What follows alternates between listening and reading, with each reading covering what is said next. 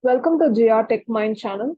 So today we are going to learn about if-else Elif statements in Python programming language.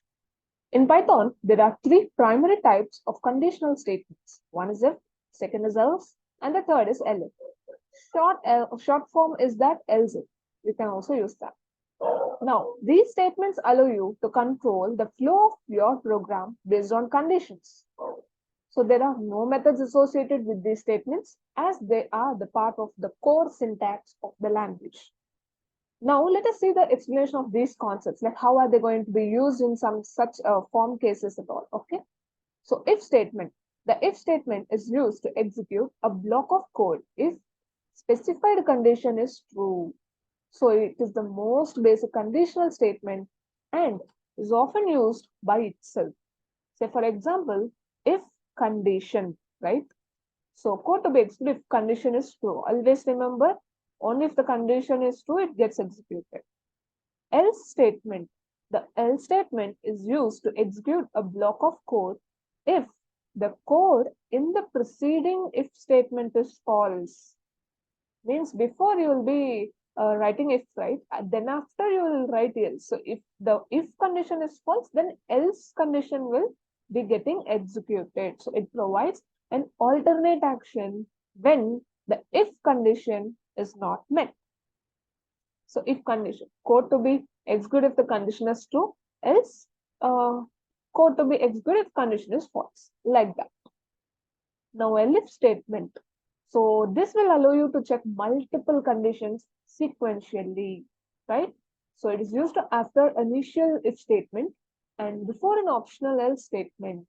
Remember always initial if statement and before an optional statement. So if condition in the if statement is false, Python checks the condition in the elif statement one by one until it finds a true condition. Okay. So this is how the syntax will be.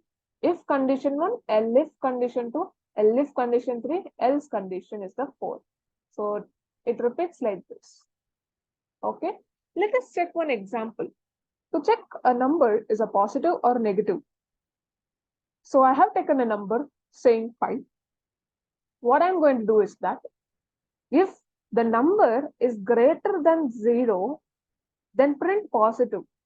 Elif number less than 0, print negative. Else print 0, right? So 5 is my number. Is 5 greater than 0? Yes. Then of course it prints positive as my number, right? So when I run this, see, positive is my answer. If I take 15, no. If I take minus 5, let's run this. Negative, because minus 5 is less than 0, right?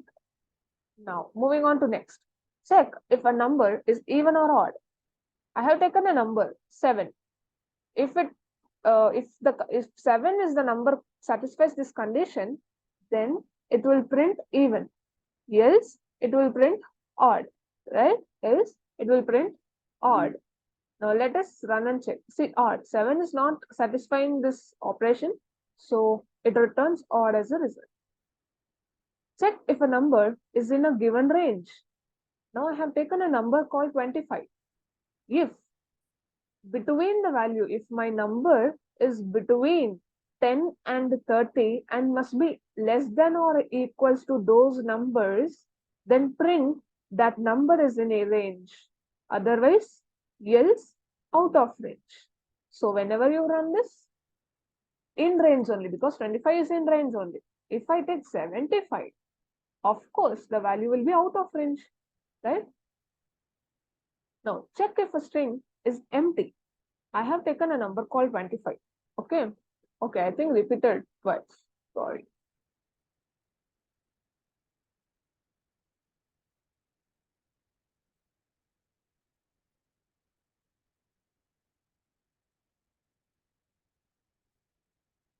Yeah. Moving on to this one. Now, check if a list is empty or not. I have taken a list, empty list. Okay. If not my list, print it is an empty. Else print it is not empty. So whenever I run this, list is empty. If I put some values, okay, and I run, then check list is not empty, right? Because it considers it has some values, right? That's why not empty. Now check if a character is a vowel or not. I have taken a character called D. If character in this, either it might be a small or capital, okay? If in this, then print it's a vowel, else it's a consonant. So let me run this. See, it's a vowel, E is a vowel. If you consider B, then it's a consonant, right? Now, check if a year is a leap year or not. If a year is a leap year or not. I have taken a year.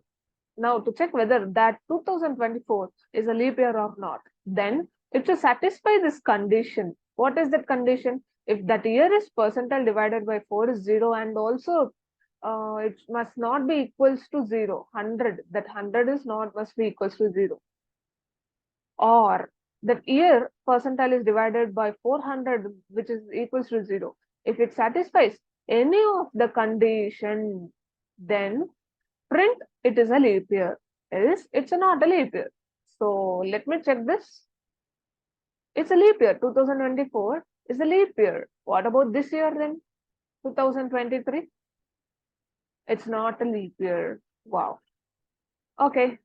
Now determine the largest of three numbers. This is the sample test cases that you can practice it over and over. So A, B, C are the three numbers that you have taken. Now simply use like A is greater than B, A greater than or equals to B, and A is greater than or equals to C. Like that, you just play with these numbers and use if, elif, else, and start printing all those. You will just have a hands-on practices and all. Okay. Similarly, check if a number is a prime number or not. Use some certain conditions. You already know, right? The basic conditions. Just put it and check it whether these all are the prime number or not, and you just run it and go ahead. These are all the practice questions that I have included over here for your practice. So check if a string contains a substring. This is my main string and this is the substring. If this and this, then print this, else print this. As simple as that. Just frame the normal English sentences. The same thing the Python consists. Okay. Now find the largest among three numbers without using max function. Many people will be using max function, min function and all. So without those functions, how do you find that these are the largest? By using loops like if, oh sorry, not loops. By using these statements like if, else and all. By using these statements, you can consider that this is the largest or greatest. Okay.